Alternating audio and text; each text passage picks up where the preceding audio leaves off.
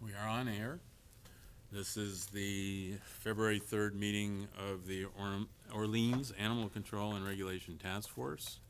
I'm calling the meeting to order, and I guess we should first get a clerk before we do the roll call. Would you mind? Gotta be simple. It should be pretty straightforward. Yeah. And you can keep them simple too. I mean, Right. just focused on what we decide to do. Right. Okay, so for roll call, why don't we just say our names going around, starting with Nate? Bob Sinclair. Carl Oakes. Jessica Brown. Patty Platten. Okay, so we have a quorum because we have 4 regular members. Let's see, we do not have any public comment because we do not have any audience. So we're gonna move on to continuation of consideration of dog bylaw amendments. I'm just gonna give Jessica the slightest context for this. I think I might have told you some of this already, but basically the chief was here and he gave us some really interesting thoughts about some of the things that we had been thinking about in terms of regulations. And the plan was, we made a few tentative decisions, some of which we're just gonna quickly recapitulate tonight, and that won't take us long at all. Okay. But you'll have a chance to say anything if you have any thoughts. And the plan was for me to get those to him early in the week, last week. And then, as I said, within a couple of hours of getting home, I got sick. So that never happened, and so we're just gonna give him one batch with everything in it. Okay. And just for his thoughts from a law enforcement perspective. And then we'll come back on the 24th, which is the actual deadline, but we can turn it in the 25th, we're only one day late. And we'll review what the tentative decisions that we made with the chief's comments and come to any decisions that we can about recommendations. And if it turns out that something gets really thorny and complicated and so forth, that just means we're not ready to make a recommendation. So we'll just, instead of doing that, we'll just give them a status report. We're Okay. considering this, we're hung up on this issue or that issue. And Right. so, because the agreement at the beginning of this whole thing was to give them what we could when we got to this stage of the year, and we can't give them what we're not ready to give them. Right. Okay, so I was hoping that we could use as kind of the organizational document here. And it's organizational, in the sense that it gives us their outline. And I have some tentative stuff in here, but feel free to go off in whatever direction you want to about any particular item once we get to it. So the first one, and I'm trying to go from, generally speaking, from the easy, I put the easy stuff, or what I thought was the easy stuff up front, so we could get it done. We already talked, the first one's chaining or tethering dogs, MGLA 140, section 174E. And the question I'm suggesting for the Orleans Police Department is, does this need to be adopted by Orleans, or is it effective already? Unless you know this already, do you know this, whether this needs to be adopted? Okay. We heard this from Tracy Plantier. She seemed to be very sure, but it's possible that Eastham is different. So that's the first question. And the second question, from a law enforcement perspective, is there anything about it you would like to see enhanced by local amendment? By the way, this is, I should have said what this is. This is, This is the restrictions, right, in the sense of what Ed had brought up, right? yeah, in other words, this says you can't leave your dog For so you many know, For hours. so many hours, unattended, Right. outdoors, that kind of thing. Weather and all that other Yeah. type of information about Right, neglect, I guess. right. It would be under neglect. So at this point, do we want to delve into this, or are these questions sufficient for the chief, or is there something else we want to ask the chief? I don't think this is a very controversial one, but What was your second question again? So I don't, let me answer Patty first, okay? My second, Is there anything? from a law enforcement perspective, This is right on the thing, so you actually don't even need to copy Oh, it. okay, all right. Is there anything about it you would like to see enhanced Oh, by okay, local no, amendment? okay. Let me just give you some background on that. The next one, the unlawful noise, when he talked to us last week, he said, we have problems enforcing when we have barking dogs, because our local ordinance is too vague, and it doesn't give us the tools that we need to be really able to handle the situation. So I'm taking that and I'm sort of applying it to 174E, and I'm saying, do you feel that way about this one in any way, shape, or form? If so, let us know, because we can't contradict the statute. We can't, as a town, override what the state has to say. I think, but you mean, we can add to it. in these two things, I think it's first understandable that the first one about the chain or tethering is quite obviously an owner behavior, where the second one about barking is kind of a dog behavior. And one's more controllable than the other in the sense of, like, the owner can stop tethering their dog outside, but the barking's a little more harder to regulate. Well, it's harder for a dog owner if you have a barking dog. It could put you in a conundrum. You could be in a difficult situation. Yeah. So I agree with you as far as that goes. But what we're doing with that one is we're giving him some other regulations that are a little more specific, him being the chief. Yeah. And asking him, if we had something along these lines, would this solve your problem? He was just frustrated because he's got situations where Where they there's can't solve where a where it problem. happens over and over again. Same dog barking, same neighbors complaining. I think I know some of them. Okay. Yeah. And the police feel like there's nothing they can do. Yeah, and I get why their hands would be tied. Yeah. I think with the first one, considering what he says in regards to how often they're called out about it, I think it's kind of a given around here that most people around here are not really chaining and tethering their dog for lengthy periods of time. I mean, if people have a fenced-in yard or a yard and they're going to work, like, I feel like most people have their dogs in their homes. Do you know what I mean? Like, I don't feel like That might be. especially even in the hot weather, I hear a lot of people talking about having the AC on for their dogs when they're at work and stuff of that nature. I don't feel like that's But there's no harm in Adding it. asking him. First of all, this law might already be effective. This is one of the questions. yeah, I think it's a given around here that people are pretty on it anyways, but I get that it might want to be something we consider in case somebody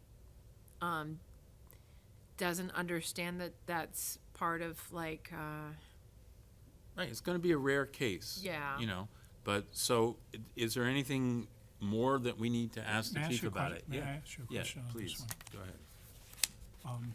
Is there something already in the Orleans bylaws on this topic of chaining or tethering dogs? I don't believe so. no. So this would be a new addition. Well, it might already be, it's already in the mass laws. If I had to guess, I would say this is already effective in Orleans. So the question then is, Via the state. do we want to include it in the Orleans bylaws? No, the question is more, Do we need the question I'm trying to ask the chief is there anything about this that is insufficient in the same way that you find the noise ordinance to be insufficient? Do you feel that your hands are tied by limitations in this law, 174E? And if that's the case, we can locally add to that law as long as we don't contradict that law. We can enhance the law. I understand that. So we're basically asking the chief, do you ever run into a situation where you say, gee, I wish 174E had a clause in it that said, in case of XYZ, the police can do this? If so, tell us and we'll add it by making the extra piece part of the Orleans regulations.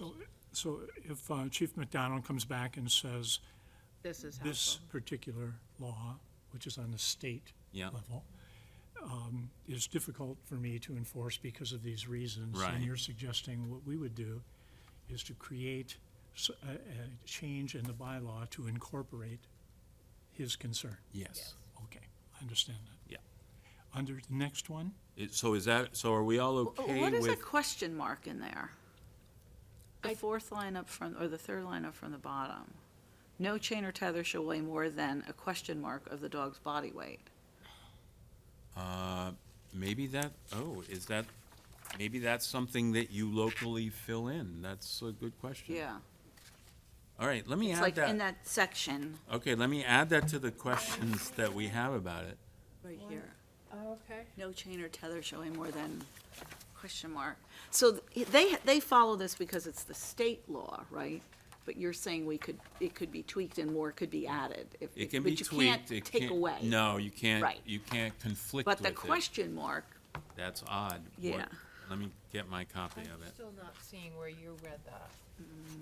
And that may Am I be in the what right Tracy Plantier is talking on in about. this section, 174E, is it in this one? I don't know, I had it. Yeah, Sorry. maybe, yeah, Oh, actually, it looks good. like it might be. Oh, Yeah. there's definitely more information on Yeah, this. see, there's Okay. more. See the question mark? Yeah, I see it. Thank you. So we can ask him if he knows anything about that question mark, but that's a hint that maybe we do need to adopt it and that we need to fill in that question mark ourselves. If the law actually has a question mark in it, that's an indication that it's something that. The town picks what they want to use. And the town decides what subsection are you seeing that in? So it's in the last meeting. And No, it's I'm just looking in the, page 3. what subsection? Oh, 174. B3? Oh, right up here in A. A. You'll see the question Thank mark you. mid-paragraph. Got it. Okay. So let me just add, I thought that was odd when I saw that. it is odd. Even in a state level, I mean, you would think Yeah, that They would they would have imply something. a paragraph Yeah. and say So- that you would add your. I'm gonna suggest that I point that out to the chief and ask Yeah, him if he ask him has what- any, can tell me anything about it. Yeah. I think Us that anything the about it. thing that we should look at overall in this particular one is that I don't think you're gonna drive around Orleans and see a whole lot of people with their dogs chained outside. I know. Yeah, I think the value of it is that it probably doesn't happen much, but if it happens, you have to have something Right. that you can Can base protect your art, yourself. protect Right. yourself, or protect the Exactly. animal. in this Protect the case. animal. yeah, that's what it, Protect yeah. Particularly the animal animal. protection. Yeah, yeah. Okay, so could, how about if I move that, unless I'm cutting anybody off, I don't mean to. Could I add, Mr. Chair? Go ahead. Rather than question whether it's been adopted by Orleans, aren't we essentially asking, is this existing law enforceable by Orleans? I mean, let's ask the chief. Yeah, that's Whether what that's really what I meant by my first sentence. Does this need to be adopted by Orleans, or is it effective already? That's, in other words, I could maybe rephrase it to make it a little more clear, but is this effective already, or do we need to Sure. do something to make it effective in Orleans? Would that have been more clear? Yeah, it's effective or sufficient for what they see, for calls that come in. I Right. feel like we have a law in place. Does he feel that that law is Oh, by sufficient? effective, oh, wait a minute, I think we're having a semantic issue with effective, it just occurred to me. By effective, I mean operative, like, does it, Solve our problems. no, is it a law in Orleans? Okay, That's what I meant by effective, got it. not, does it work? Understood. Yeah. Can I ask, if it's a state law, does that mean it's automatically a town law, or we have to adopt it? Normally, yes, but we have this thing that we've been told, that I tried to research and tried to figure out on my own and was not able to do in the time that I had. Yeah. And we'll still, if the chief says he doesn't know, I mean, he probably knows, but if he doesn't, I will find out. But that's why I'm asking him, because we've been told by the Eastham Dog Association that this is only effective if we adopt it. Okay. Oh, okay. Okay. There's yeah. that, we've been told that. Okay. So In that case. we I'm not probably don't relying want on to that adopt as it. being truthful, Oh, but you don't know, yeah. I'm looking into it. Right, Yeah. got you. So in the meanwhile, until we know that, choosing to adopt it is a good option, or it could be a good option. Yeah, Okay. But, you know, adopt it, and, but also do we, asking the chief if he wants us to beef it up? Mm-hmm. Okay. Oh, I So thought because it was a state that it was automatically applied So to did us. I. That's what I just, That would, what I was that's the confused on, norm. too. That's the yeah. norm. I wouldn't, the question would not be, have arisen if we hadn't been told this from the East End people. oh, okay, yeah. Yeah, and, you know, by someone with a fair level of credibility. Like, it wasn't just some guy on the street, Tracy Plantier. But then what would the purpose be of a state regulation?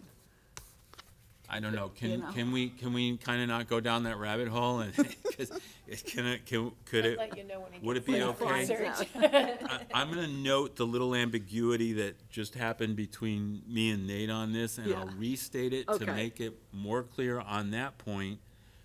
And with that, and with also the added question about, do you know anything about this question mark in subsection A? I would like to move that we approve, you know, either adopting this if we need to, or beefing it up if it's already, you know, regardless of whether we need to adopt it or not, beefing it up if the police chief says that we should. And for me, as an initial step, to ask these specific questions to the chief. I would like to make that motion. Is it okay if I ask these specific questions to the chief? I think it's a good angle to come from. Reach out to the chief, see if he's comfortable with that language and whether that's enforceable already in the town. And then depending on what he tells us, we'll either leave it alone, we'll beef it up, or we'll adopt it first and then we'll beef it up. Those will be the three different ways that it could go.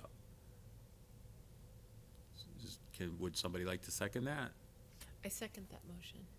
Is there anybody who would like to discuss that further? How about all in favor? Aye. Aye. Okay, I think we passed that one. All right, so let's move on to, We passed asking the questions. yeah, well, with the intention, though, of, you know, moving ahead with, we're only asking this because we want to make this better if the chief tells us that he would like us to make it better. Okay, so unlawful noise, I think we already agreed to do this last meeting, and so maybe this is redundant. It's in the minutes. Okay, so the only difference between now and then, last week and this week, would be that I have a specific question, you know, that I have wording for you to look at. The wording for the question to the police department would be, from a law enforcement perspective, what aspects of the noise ordinance would you like to see enhanced by amendment or separate dog-specific provision? Okay, a separate dog, it would, you know, be a standalone that would be like a noise ordinance related just to barking. For your reference, we attach barking dog regulations from Eastham and Harwich in case there's any valuable element there we could replicate in Orleans. Is this language acceptable, is my question. Change you to your, add an R to that. just I as have to a write this minor whole edit. thing down. No. Or your reference. No. No, you don't. It would be, Referencing.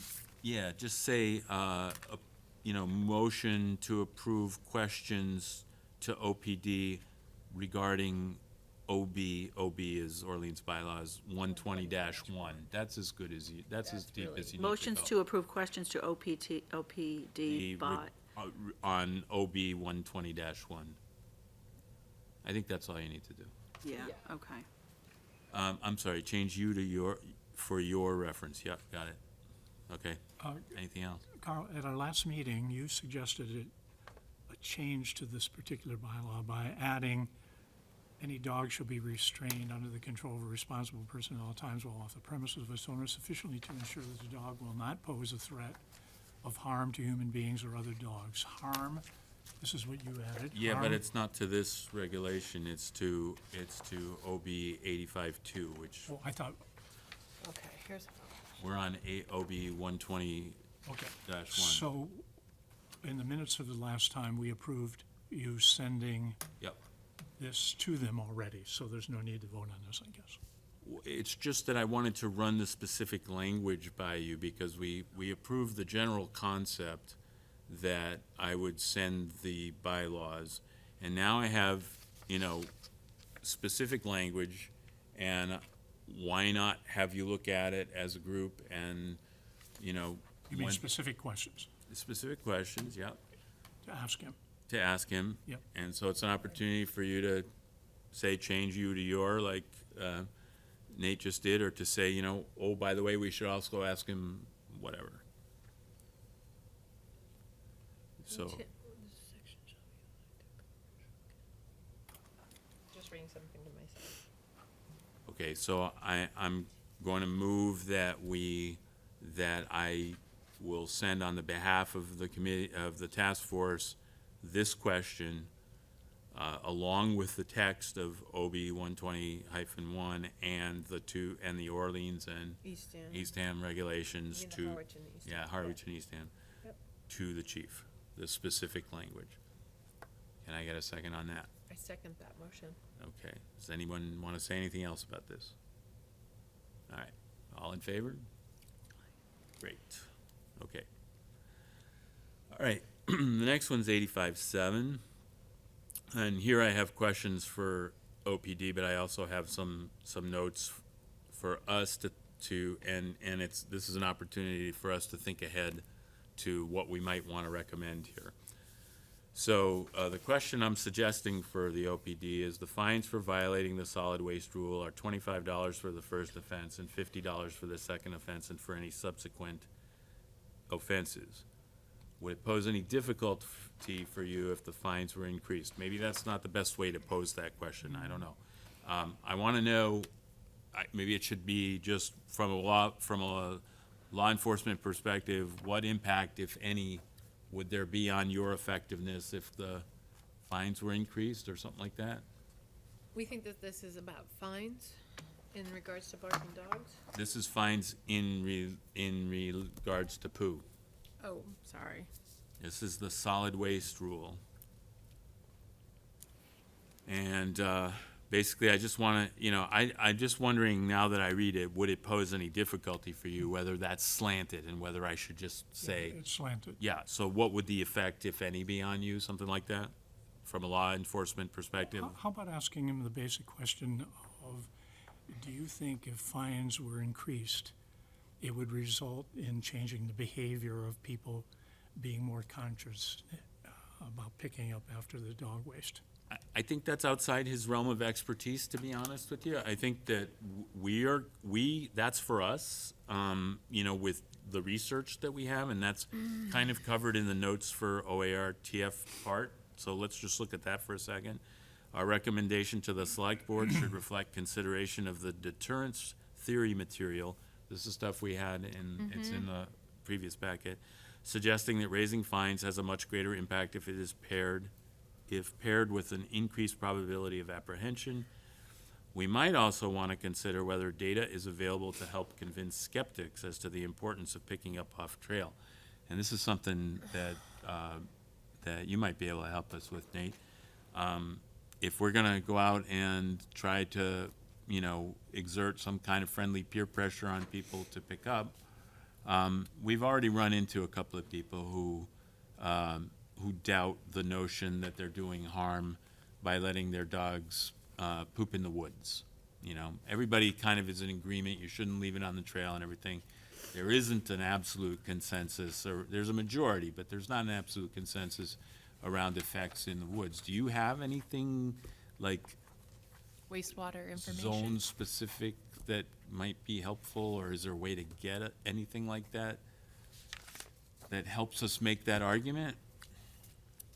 You don't have to answer me now, but it's a, Well, I think that Orleans Pond Coalition would be a good collaboration for this Okay. information to be dispersed. okay. All right, so that's something that's a contact for me to make, unless somebody else wants to do it. Anybody is welcome. But that's contact to make before the 24th, if possible, and see if they can give us some information. All right, so that's where I covered that, okay? Because I saw that as being our thing. His thing really, I see as being, this is either impossible to enforce, or this is going to impede me in some way. This is going to cause problems for me. Because if I have to try to do this, I'm gonna alienate people, or I'm going to, you know, it's gonna be inconsistent with the way I wanna deal with people in general, that kind of thing. So I was trying to restrict his input to his area of expertise. And I think he does that too when he answers questions. He deflects things that are outside of his zone, as I think appropriately he should. I struggle to see how this one's gonna be enforceable.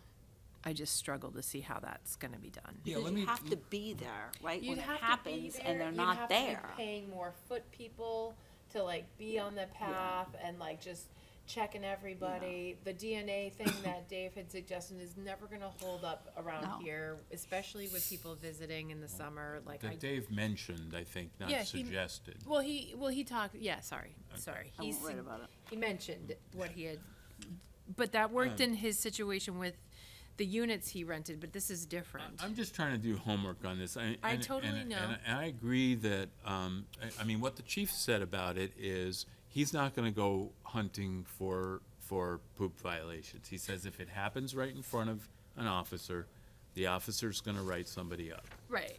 Okay, but we also know that, you know, the issue came up at the very beginning of the task force. It was in the first set of recommendations that we had of how to change things. And so I just wanna, in the same way as I wanna do homework on pros and cons of a dog park, I wanna do homework on this and just ask the police, you know, No, how will I'm this not affect you? questioning why it's on here. And why you would bring it up to the chief. I think what I'm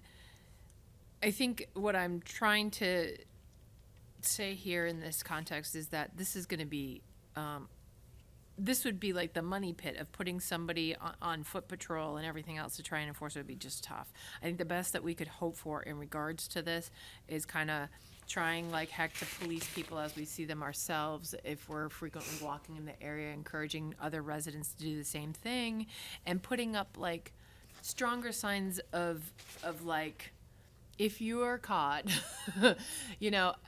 But again, I spoke with Kelly McNiff about this, who was the CGC test.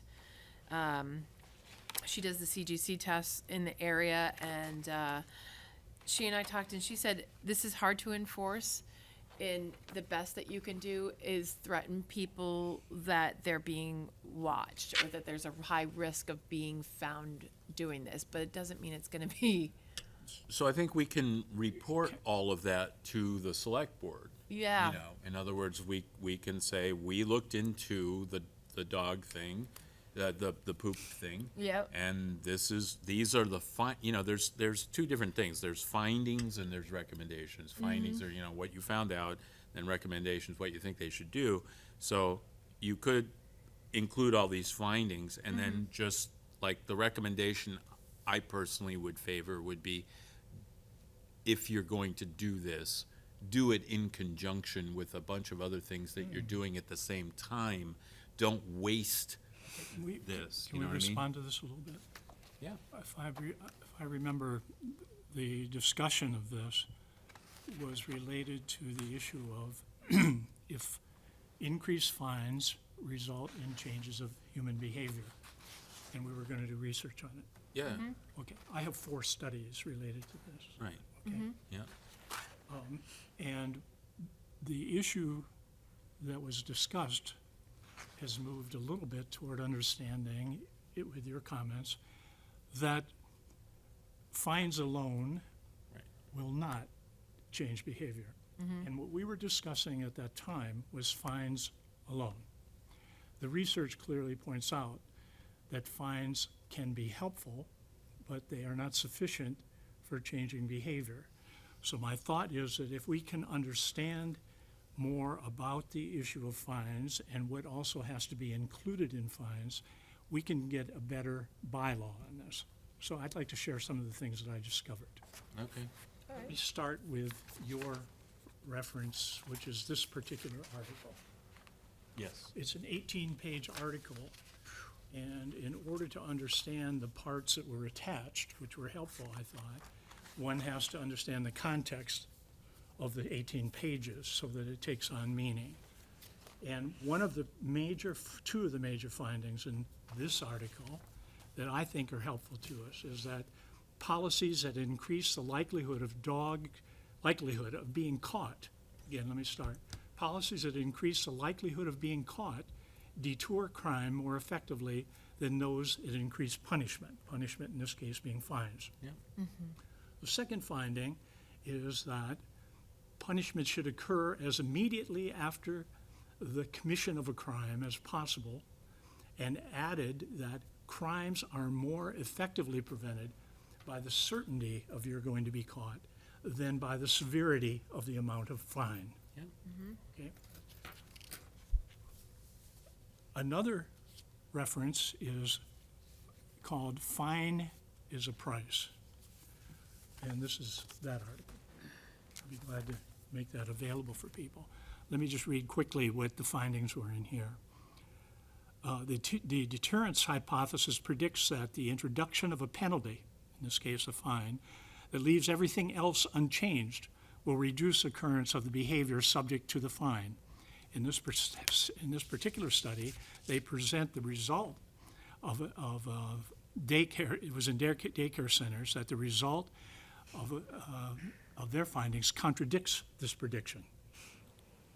In fact, it suggests that parents who arrived late to collect their children and then were given a fine, that the opposite occurred, and it increased the number of people who came late. Okay? It also suggests, in this particular study, so the fine had the opposite effect of what deterrent usually is assumed to do. The evidence presented indicated that the introduction of a fine increased the behavior that was fined, and that the new higher level was not reduced when the fine was removed. So even after they took away the fine, the people still continued to become late, and the level of increase maintained itself. So it suggests we have to be careful about what we attach to the fining. It's not a case of being against the possibility of raising a fine. It's understanding that that alone won't make a difference. In a study increasing traffic fines, the conclusion was that motorists make moderate adjustments in their behavior when fines are raised, but only if the risk of being caught is high. So if there's no risk of being caught, people do not change the nature of their speeding. So that's a matter of educating people about what's going to happen, it seems to me. A third study on the roles of fines and rewards. The use of rewards can complement or possibly replace the reliance on negative sanctions in order to modify behavior. I'm sorry, say that again, the use of what? The use of rewards can complement or possibly replace the reliance on negative sanctions in order to modify behavior.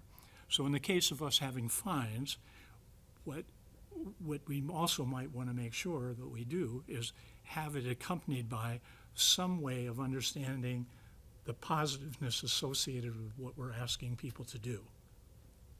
If we only concentrate on, I think this is suggesting, if we have only a reliance on the negative sanction, it will not modify behavior.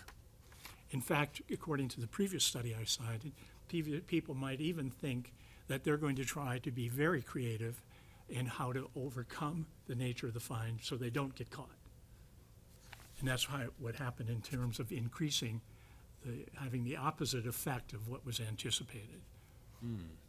The final one that I had was at higher detection probabilities.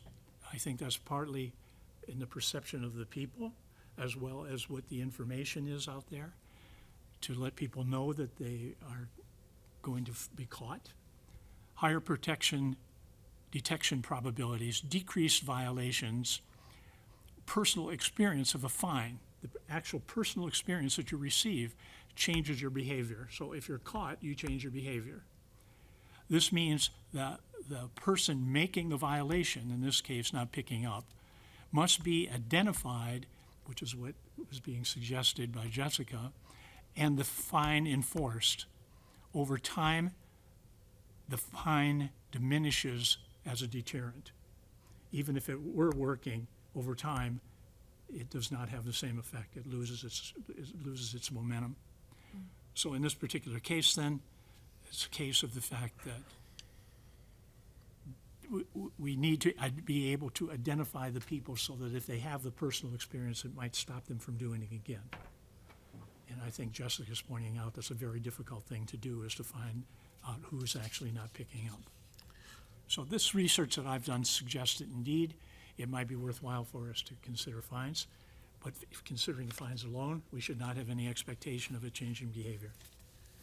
I think the only way we could ensure like behavioral change is not to so much go out and imply that the law enforcement should have to up their mans going out and doing any foot patrol, but more along the lines of like almost, and I don't even know if it's allowed, but like camera surveillance. But I mean, it can be done. I'm pretty sure that there, you know, that's very possible out there at like Kent's, but. As we become more knowledgeable of this, we might come up with some very interesting kinds of ways of addressing this issue in addition to a fine increase. Not substituting it, but in addition to it, including, for I don't example. want to go out and say we should be putting cameras out in public areas either. I just no, want to of say that course not. I too. don't think I you're just saying think that. like that would be the only way we'd ever. So let's, Let me just add one more example, if Yeah. I may. For example, given some of these findings, it might be possible that when a person gets their license, we have a sheet that expresses to them how important it is for them to pick up dog waste. And when they get that license, they receive that sheet of paper. Not that, but important to the town. We need to unify everybody. That's another dimension, is that there are many places in town that can help us informing people that they need to do this, and support it cognitively and affectively, that it's a good thing to do, and it's something we as a town think is important to do. And instead of just putting a fine out there, in places where people are walking their dogs, if there's a sign also that says, we treasure this property, we want to keep it healthy and safe, and we want to make sure that you understand that people here pick up after their dogs, and we hope you Speaking of will words. join us in this effort that we consider to be so valuable. Spot on. Without those kinds of educational, informational supports to the fine, I think the fine just goes begging. can I jump in here for a Yeah. second? Because I just want to zoom out and remind us kind of like, where are we in the overall process here? We're kind of making decisions on these items as to what are we going to say to the select board about them. And that doesn't mean that we have to go all the way to the end of the mental process about it and completely solve the ideal, perfect package of other things that need to go with a fine, if there's going to be a fine. I think for now, if we raise the flag and say, we're recommending against rushing out and increasing the fines and thinking that that is going to accomplish anything on its own, here's a forecast of the kinds of things that might go along with this, and then over the course of the year, we're going to delve more deeply into those, and in our final report, we're going to tell you exactly what we think is the best thing that you should do to complement these fines. But in the time frame that we have, I think basically saying to them, look, you kind of floated to us that, or someone in the group floated to the group that we ought to just increase the fines on poop. We think it's more complicated than that. This is kind of what we're grappling with about it. And so we're suggesting to you that you not just rush out and do that. I think for now, that's sufficient, because, we can't go all the way down this particular trail. And you could, just to finish my thought quickly, you could kind of take everything that you've just said and work it up into, a page that could be then part of the recommendation that we send on the particular item of OB 85-7. And Let me can I check add something quick- for you that I think would be helpful? For whom? For you. Okay, I think that the Orleans Pond Coalition already has written up statements similar to what you're talking about in regards to dog poo in areas of sensitivity for nitrogen. Like, I'm pretty sure I've seen it on seashore areas. Am I correct? All the mutt mitt dispensers have signage. That's somewhere. what, and they all are signed by the Orleans Pond, is it OPC, is that the Orleans Pond Coalition? I'm pretty sure that they've already got that out there in the sense of something we could easily just have as a flyer for registration and licensing. okay, let me respond. That's helpful because they might have a way of They already speaking to it. have something. My comments are related to the final report, Okay. okay? And quite frankly, I'm not sure I understand when you're saying we're under the gun for something else, because it sounds like it's another interim report. Yeah, and So it's, we've already turned in an interim report. okay, Are we being asked to do a second interim report? sort of. By, Well, the original ask was that we do an interim report by December 31st. And that in that interim report, we include legislative recommendations, whatever legislative recommendations we had. So, it became apparent that with slow boot up time and so forth, that we were not going to have a lot to say on December 31st as far as legislative recommendations went. So we had there were a couple of conversations in which a consistent answer emerged that late February is when legislative recommendations really need to come in. okay, let me understand, so I may, that decision was made by our group, No, by, it's just a fact that in late February, that's when, if you want to get something ready for a warrant for a town meeting, you have to get things in by late February, because that's just the sort of processing queue. That's how long it takes to get things ready for town meeting. but doesn't that assume there's gonna be a warrant? The whole reason to give legislative recommendations would be so that if the select board wanted to put anything on a warrant that was dog law related, that they would have time to do so. So we're trying to give them whatever recommendations we can in this time frame, and there are probably only going to be a few that are gonna reach a stage of maturity and clarity in our thinking process that we're going to be able to pass them on. Others, we're just going to have to give them a sort of a status report about. So it sounds to me like where we are with 85-7 is that we're gonna have to give them a status report that says to them, don't try to put this on the warrant right now. It's more complicated than you might have thought, and we'll give you a preview of what we're gonna tell you about right now, and then later we're gonna give you the whole 9 yards of it, and help you to, if you want to do this, do it effectively by pairing your fine with, a bunch of other things that are going to make the fine work. I think what you just said could be easily summed up and put into anything by February. Yeah, I mean, we absolutely. could absolutely go ahead and say, yes, the fines, but here, as you know, the findings that we found in research say that the fines are not enough. There should be some sort of conversation to pet owners that we recommend you hand out a flyer that is similar to the mutt mitts that the OPC puts out. And just do that. Well, but we're not done, done with defining, we haven't just decided that it's the flyer. I mean, it might be the flyer and Many things. 3 other things. And Carl? there's no big rush on this. It's not like everybody's running around, town saying, oh my God, we gotta do something about the poop problem. So we can do this right and get it ready for the next warrant, but we need to report something out to the board about it. Okay, let me, I'm asking my questions because I'm trying to understand, okay? Yeah.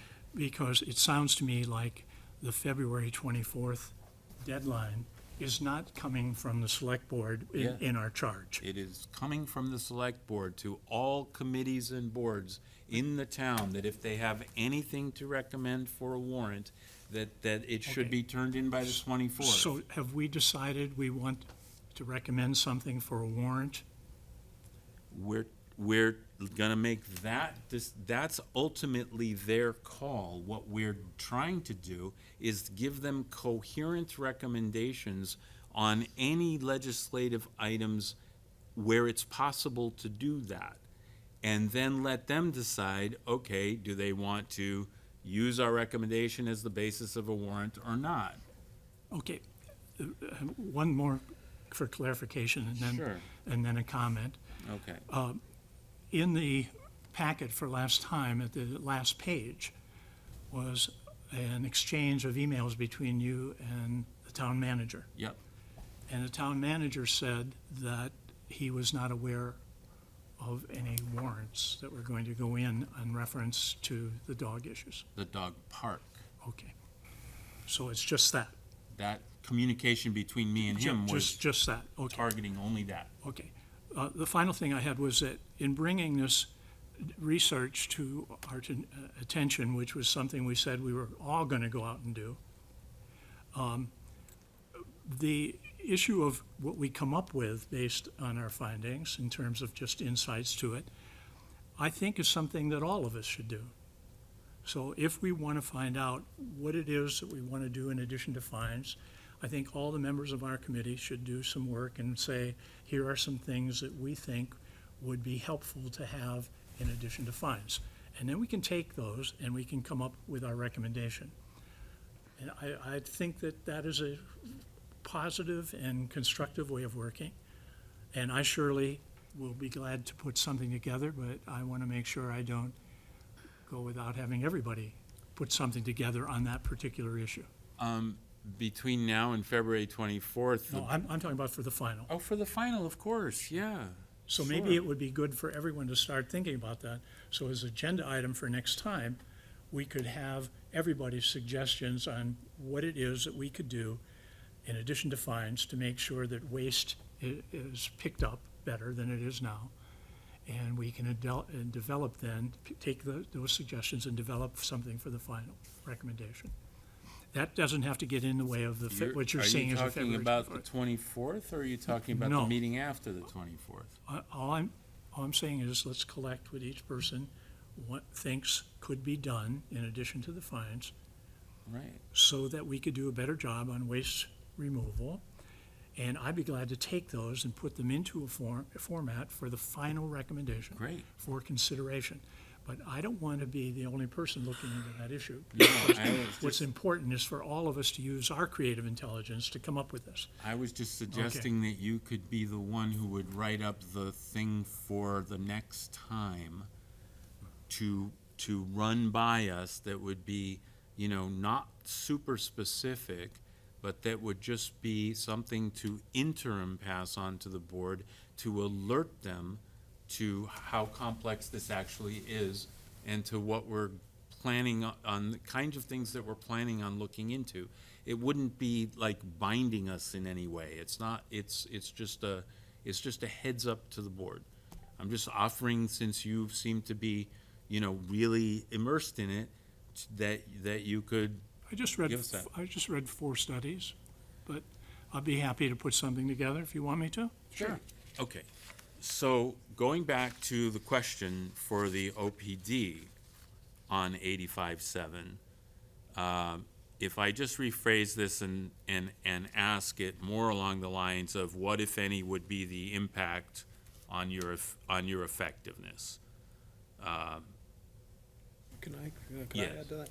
Yes. Are we under agreement that it's a possible combination of expanded education and increases in fines? Meaning, we're not necessarily sold on either of them, but it sounds like expanded education is a major component to this. I mean, if I'm missing something, it might be more complicated than that, but at this time, I think we should all we're doing at this point is reaching out to the OPD, and you're asking what we're asking them.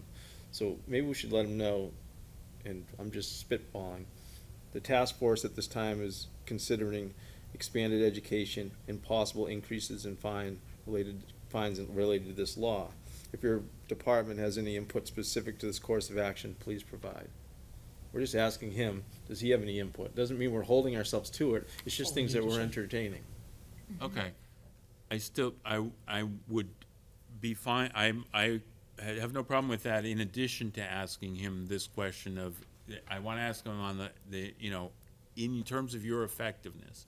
Cause I can just hear him, I'm just imagining, I could be wrong, saying, I don't really know anything about that kind of stuff, you know? So I wanna make sure there's an element that's targeted to That's fine. the effectiveness of your force. Okay, so the force, ORTF is considering a combination of this and that.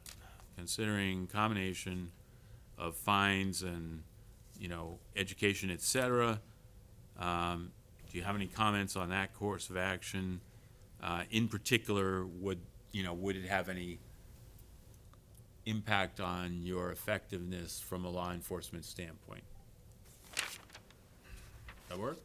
Sure, I think that if you leave it loose, open-ended where, please provide input for some, direction, provide some direction if he has any input, maybe have at it, maybe he doesn't, I don't wanna steer him one way or the other, whether it's a Yeah. negative or a positive thing. Yeah, okay. So is there still a need for me then to write something? Well, yes, because what you would be doing is the next piece of it. The next time we're meeting now, we're deciding what the questions are gonna be to the board, and we're also kind of previewing and thinking ahead to what are we going to, I'm sorry, questions to the police is what I meant to say. We're also previewing, just kind of dipping our toes in the matter of what are we going to provide to the select board as kind of the end piece of this interim communication that we're doing with them there, that is kind of a two-parter, the December 31 part and the February 25th part. So that second piece still has to happen. We still have to say to the select board, we found out that poop fines are a lot more complicated than one might have initially thought. And so we're going to not just go ahead and tell you to put it on the next warrant. Instead, we're gonna do research into this and that and the other thing, which is informed by what we have learned, which is this, something like that. So it would still be helpful if you brought that, because it would just, it'd be easier to tweak something that was already here than try to write it out of nothing. Without, just to add a little bit of the conversation, I don't wanna go off, on a tangent, but fines can be effective. I mean, if there's, the chance that you're gonna get a $200 fine because your dog left waste behind, holds a lot more than $25, but it's also about privileges, right? So this is a sensitive topic in the town. And if the fact that, how important this is to the town, how important is this to you? And if your privileges can be jeopardized by you, violating this law, I think that we have to tie that all into this education component. Because it doesn't do you any good if your rights to walk or your privilege to walk your dog is taken away from one of these areas. Right. It's Yeah. a bigger deal than. And I think, we have done a little bit of kind of brainstorming about the mechanics of that, and. Not just yours, but everybody's privilege. Oh, everybody's privilege. If that's the truth, right? If it continues to be a major issue where there's contamination and degradation of the environment, then it will continue to be a topic in this town that is gonna come in front of the board and be questioned whether this is a good practice. So everybody has to be on the same page in terms of how to make this work so that everybody's comfortable with it. You mean for, Well, you still have to walk your dog, I mean. No, you still have to walk your dog. Yeah, But the more people that aren't following the rules right. and making a bad example is gonna reflect poorly for everybody. Yeah, and this is where, again, data would be helpful, because it's, you know, you say it's a big issue in the town, and I'm not, you know, I'm not arguing that it isn't, Right. but I think it's easier to make that case when you have a water sample and you have a definite kind of line of causation that helps people to understand. I mean, there are, if you said right now, if we had 100 people out here and you said this is a big issue in the town, I bet you there'd be a substantial portion who would be saying, is it really? You know, so I think you need to make that case on more than just a theoretical basis. Well, Do you mean a big issue in the town in the sense of townspeople's concern, or in the sense of we should be concerned because it's an issue, well, it might not be an issue yet. but it's developing to be one? Yeah, you want to get ahead of something like this, where the water might test fine now, and the shellfish beds might be healthy now, but down the road, it could lead to a bigger problem. And people need to be aware of that. This is important to this town, to the point where we're gonna, you know, you educate them through signage and brochures, and we're asking for your help, rather than saying, how dare you? Right, right. I hear that. And the other piece I'm hoping you're hearing is, help us make the case. Sure. So that if it, you know, because if I say, you know, well, you know, we're overloading the system, and then somebody says, are we really? How do we know? You know, like, I don't have a comeback for that. Maybe- I don't have talking points that are based on anything Sure. real. So maybe specifically in regards to like areas of like where there is shellfishing, in the sense of like Wildflower and Skate off season, we could be really, like, really, poignant to say that people shellfish out of there, those shellfish go to market, you know, some people take them home regardless, you know, you have to pick up your dog waste. You have to, like, we are battling, you know, environmental factors we don't have control over. This is one we do. Like, let's be due diligent and exercise responsibility here, if you're gonna be here. It's not just the environmental point. It's not, the people with dogs aren't the only people that are using these properties. No, And I just the know. fact that, you know, we're focusing on what was happening on this end of it. I walk through the forests all over town. I go bushwhacking everywhere. I don't wanna be stepping in dog waste everywhere I go. Yeah, everybody agrees with that, I Sure, think. I would hope. You know. You would yeah. think, I just walked somewhere today where, Hey, can I just suggest that it's 6:30, and we're kind of getting lost in the weeds on this one, as we have before. I would, and we have to be mindful, because we've got stuff ahead of us, and actually we did, you know, some of it's more complicated. Can I just move that for approval of those questions, telling the police department that we're considering a combination of fines and education, et cetera, on this? What, if any, impact, what, if any, input do they have on that? Does the chief have on that? And, you know, then a specific, you know, in terms of your law enforcement effectiveness, do you have any, you know, specific comment on that? I would like to move that I do that. I think it's obvious. Go ahead, it's fine. Yeah. Yeah. So can I get a second? yes, I second that. All in favor? Okay. In terms of doing the writing, Patty, would you be willing to take a look at what I put together?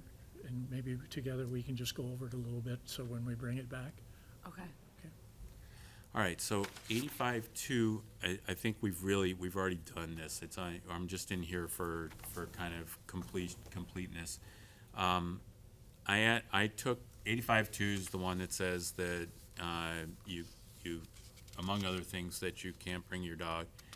Let's see, you have to restrain your dog has to be under some kind of control. That's the one where, I'm sorry, why don't we look at 85-2, why don't we just read it so we know what we're talking about? What you did is you gave a definition of harm. Yeah, which was 85B, and so that's one of the things I did. So I split these up. So the first one is just creating a subsection B, which defined harm as jumping on and biting and scratching and so forth. So I just want to ask the OPD. We've added a definition of control and amended subsection B. Is there anything about this definition which you see as problematic or insufficient? by the definition, you mean the suggested addition on the definition of harm? Yeah, yeah. I want to just show them 85, proposed 85-2B, and I want to ask this question. Is there anything about this definition which you see as problematic or insufficient? Then my notes for the OARTF, just to think about in terms of what we might want to do as a recommendation, we may want to take a moment to review the suggested definition of harm. Maybe there's a harm that haven't thought of that we should add to it. Our recommendations to the select board should mention the Fourth Amendment concerns raised by the chief with regard to randomly making people prove that they have a certain level of control over their dogs. Okay, I didn't sort of respond to him right away when he brought that up, but then I went home and talked about it with my wife, who's also a lawyer, and we both were in agreement with that it is a seizure at the point where if the police says, hey, show me that you can that your dog comes when you call him, if the person does it voluntarily, that's fine. If the person walks away and then the police says, no, wait, stop, you have to do this, that is a seizure, and that is a problem because if it's random, if it's done without probable cause. So we should convey that to the select board just as passing on, the complication there. We may want to consider and report on the pros and cons of having such a demonstration be a condition of obtaining a license, because that's another way you could go. You could theoretically say, well, we're not going to give you this license until you can show that that your dog comes immediately when you call him and so forth. My concern about that is how many people now are not going to get their licenses. Yeah, that was my thought instantly, Yeah, too. yeah. So that, in terms of pros and cons, the pro is you get a higher level of control, maybe among people who decide to get their licenses, but the con is that you get an unknown drop-off in license compliance. In addition, we may want to mention the non-regulatory approaches we intend to consider, including, for example, meetings at the police station and posting of MGLA 140-155, which is liability for damage caused by a dog. What I'm referring to there is that you are strictly liable for all damages that your dog causes. If my dog jumps on another dog and tears him up, he would never do that, but if he did, and that the victim dog had a $40,000 vet bill, I'm on the hook for that $40,000, and unless I have very special insurance, I'm probably not covered for that. So I don't think people know that. So here, Yeah, go ahead. I've had experience with this. I've been in a situation where I sued somebody for a vet bill, Yeah. and they were not obligated to pay due to their financial circumstances. Oh, well, if the people don't have the money, then, but, I mean, I didn't know this. I do have the money. I would have to cough up. And I was unaware of the strict liability law in Massachusetts. And I think my suspicion is that some of the well-meaning people who might be walking around with dogs, big dogs running around and jumping, don't realize this and haven't really factored it into their risk-benefit assessment. Anyway, those are things that we can mention to the board. Let's start with, is it okay if I ask the police chief, we've added a definition of control in amended subsection B. Is there anything about this definition as which you see as problematic, as insufficient? Anybody have a problem with me asking him that? Can I just Yes. add, Please. when we reference harm, I think I brought it up last time, a dog chasing all the Oh, Canadian wildlife. geese and harassing them, and the owners thinking, isn't that funny, look at that, he's, going back and forth or chasing the mallards, Okay. or tearing up property, chewing on something or doing something where Chewing a leg of like Adirondack Whatever it chair on be, the a beach or something. tree growing, something natural, Yeah. tearing something up, and then you're telling the dog to stop, or you're allowing it to happen. It is, Or jumping over dunes. All right, give me some language. I mean, I think there should be some type of wildlife or environmental damage involved in there. Yeah, especially considering it is on, like, if we're talking about shore areas in particular, we don't allow our kids to go running up into the dunes. We shouldn't allow our dogs to go running up into the dunes. I mean, Well, Carl, given that point, Yeah. Can't you just take it into consideration when you're doing Well, I want to the rewrite here? I want to give the amendment to the police chief to look at. So, You're giving them this one here. well, I'd like to, if there's, if there's a way to quickly drop in what Nate is talking about, I'm open to doing that, if we can do it in, 2 minutes or less. What do you think? Give me a, I'm trying to find my copy of it, of 85 too. I'm having a hard time. Carl, wouldn't it, Are you looking for this? Yeah. Carl, I'm very comfortable with Nate jotting something down and just giving it to you Oh, and saying, you just include it in here, okay, and then, because it is tentative anyway, okay. rather than trying to rewrite it right now, and then we can Okay. move on with the other agenda. All right, items. that works for me. Yeah. All right, so Nate, you and I will figure it out Sure. like, by tomorrow or something? That's fine. Okay. All right, so move that we do that. I second that. Okay, all in favor? All right, Aye. Okay, do we want, do we have any brief comments or add-ons or anything to this other part about the Fourth Amendment and the licensing? These are all things we should mention to the board. More- I could do that since it's kind of, I could do the draw up just like you're doing Are you for- on C of it, or?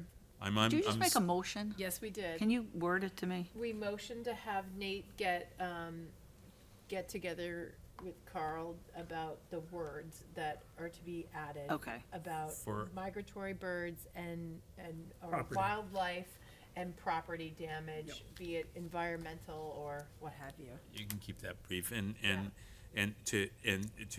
just to enhance the definition of harm in 85(2)B, Yeah.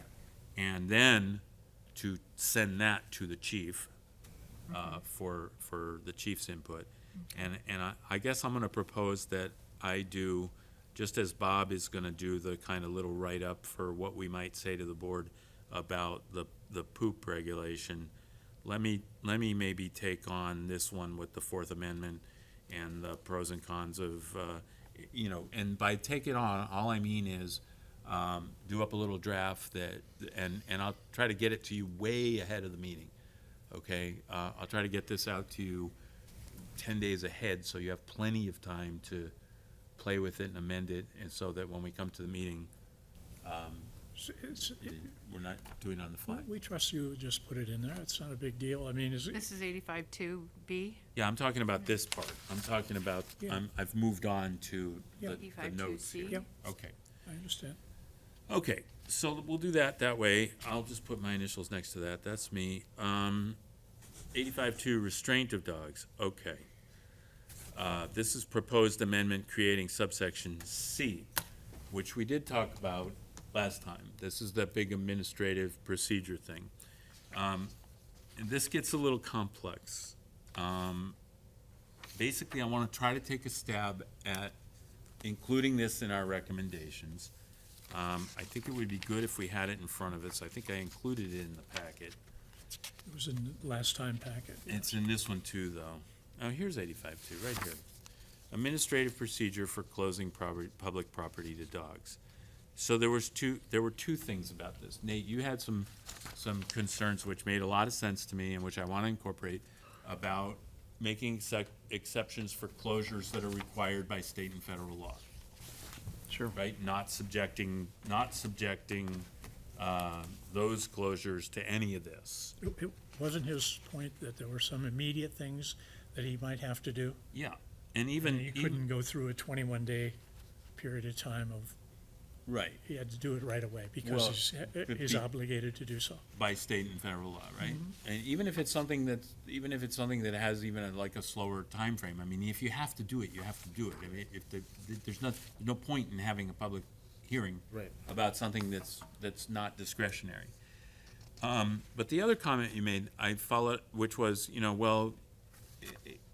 correct me if I'm mischaracterizing, but what I think you said was something along the lines of, well, so it's just have a public hearing for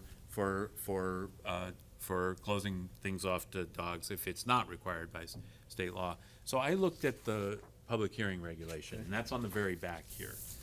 And what this is really about is about notice, okay? So the key parts here are, this is called regulations requiring hearings. And the first sentence is, a public hearing is required prior to the adoption, amendment, or repeal of any regulation if violation of the regulation is punishable by fine or imprisonment, or a public hearing is required by the enabling legislation of the agency or by any other law. Okay, so let's look at that phrase, or by any other law. I am proposing that we would make the public hearing required by 85-2C. Okay? But then, what does this require? It requires, if you just scan it, you can see A, publishing notice, I'm in the next paragraph. B, notifying any person. C, notifying any person. Filing a copy of such notice. Next paragraph, the notice shall refer, and then it moves on to a small business impact statement, which has nothing to do with us, okay? Forget about that. And then the next paragraph says, if the agency finds that immediate adoption, amendment, whatever is necessary, this is kind of like an emergency opt-out, okay? So the only thing that, if we were to replace 85-2C here with a simple thing that just said there's got to be a public hearing, the only thing that would do would be to require notice. It would not require the other things that I think we should require, which is that there be public deliberation by the members, that this would, I'm down now in the last three paragraphs. I'm in C. I've got accepted an emergency already. Notice, that would be covered by public, we could use public meeting notice, that's fine, or this notice, doesn't matter.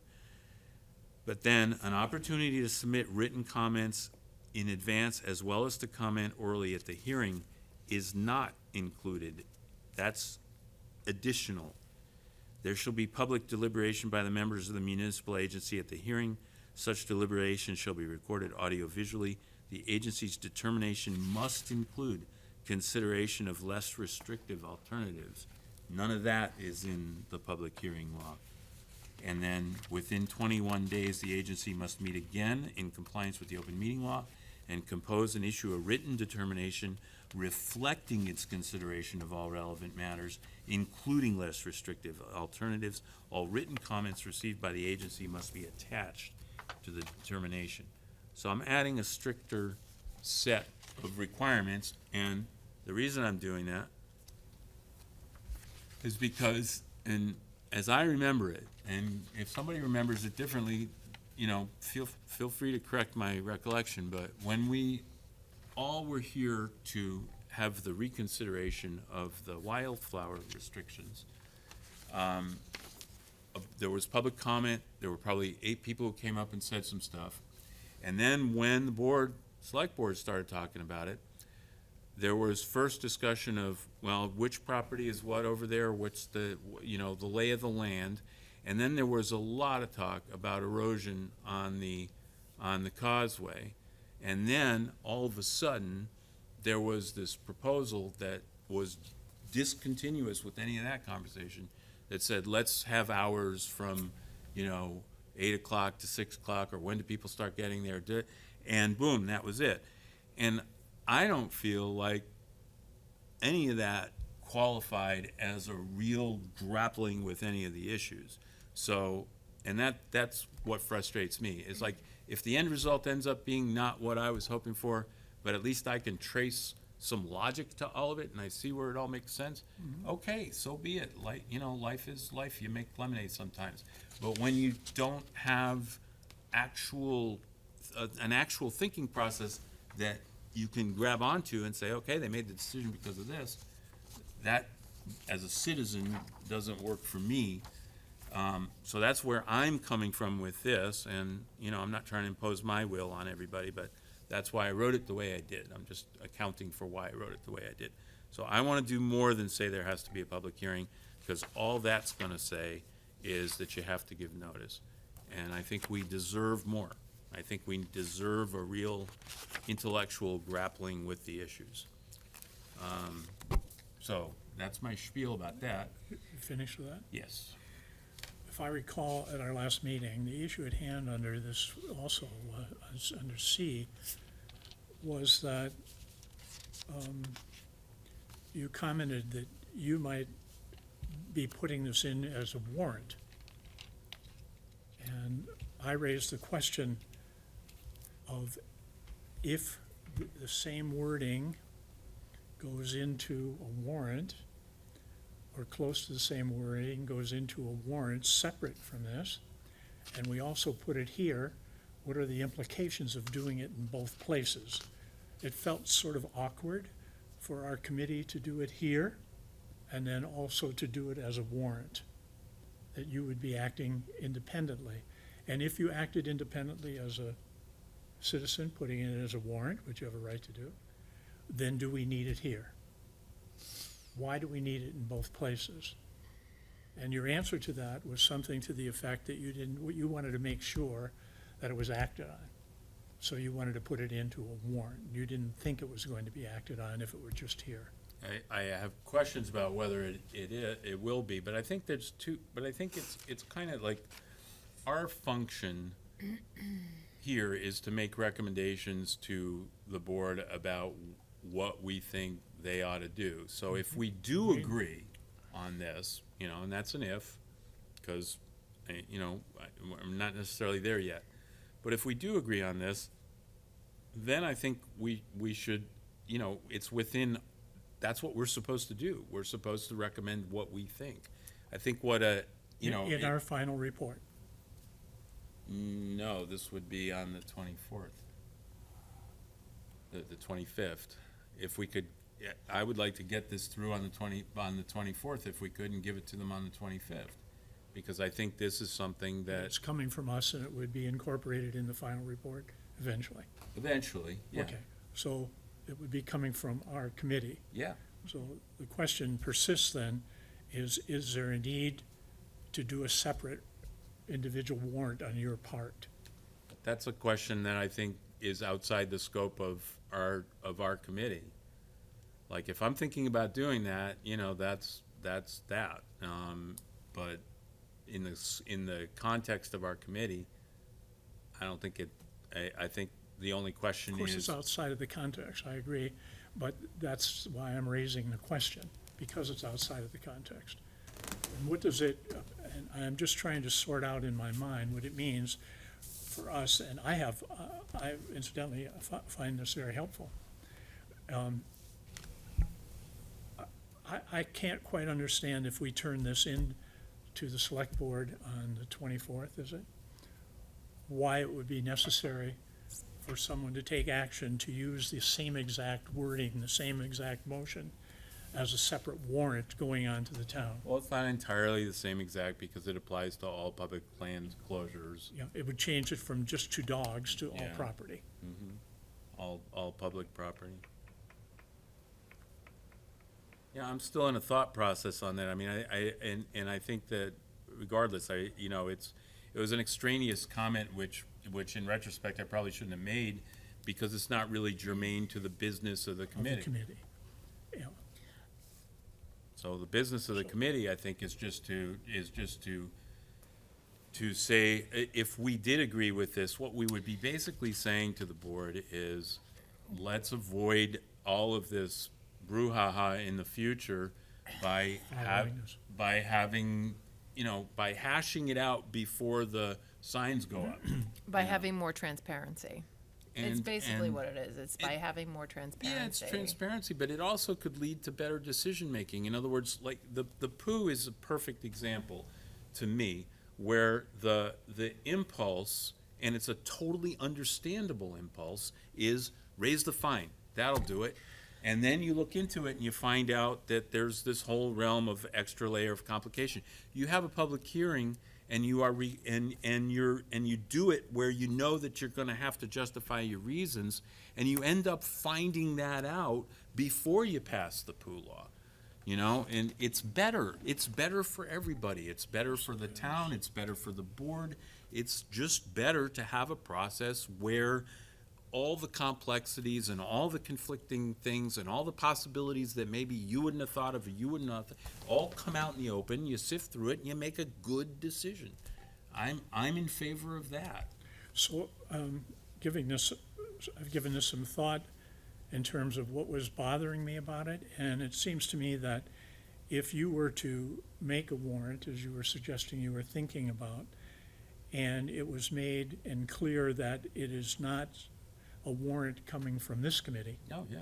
but you would be making, for people's consideration, a warrant for closing all public property, Yeah, that it would be something that you would handle independently. totally. And it may or may not be the exact wording of this. Exactly. But the issue of your rationale would not be that because the dog task force already passed this. You Yeah. would be building your own Yeah, rationale separate from this Yes, committee. Yeah, totally. Mr. Chairman, Yes, sir. I just fear that it may be somewhat short-sighted in terms of what it encompasses. You're specific to the closures on public property, anything changed with that, and you have a public hearing, Mass General Law, which has specific guidelines. If I'm on the board and I have one process for one specific regulation, it seems this is, I appreciate the language that's included in this, but I think it's something that could be encompassed in more than just this bylaw. Meaning, anytime there's a requirement for a public hearing, it means that the public should have their opinion heard. Should Oh. it not, should we not, if you're gonna go outside Okay. of the context of what our committee, or our task force is looking at, maybe some of this should be incorporated in any public hearing in Uh-huh. regards to the town. Uh-huh. Anytime there's a public hearing. I completely concur with Ah, that. ah, yeah. I mean, Okay. that's outside of what we're here today to speak on, but it Yeah. certainly would it. include anything with dogs. Yeah, and before, I did that before I was familiar with this, so now you're really basically drawing me to this and saying, well. State law, and this Yeah. town wants to be more restrictive and saying, not only do you have to do that, you have to Yeah. do these additional things for public hearing. Yeah, okay, I agree. that makes a lot of sense, I need to process, I need to sleep on it, but it makes a lot of sense, I like it. My first reaction to it is positive, but, you know, I just need to absorb that. That all being said, what do we think about running, you know, just, I mean, look, this is not set in stone. This is, if we passed 85-2C and recommended it to the Board of Selectmen, we would be saying, Board of Selectmen, we actually think it would be in your best interest and in everybody's best interest if these decisions were made in this kind of a process, you know, for a lot of reasons, better decision-making, less blowback, you know, et cetera. You know, and then they can tweak it if they want to, they can throw it in the trash if they want to, they can enact it, you know, it's up to them. So, how do we feel about passing this? Well, I think for me, the whole reason why we got here is because things of this weren't in place. And that's what made me even want to become a part of this venture. So I really like the idea of putting this here.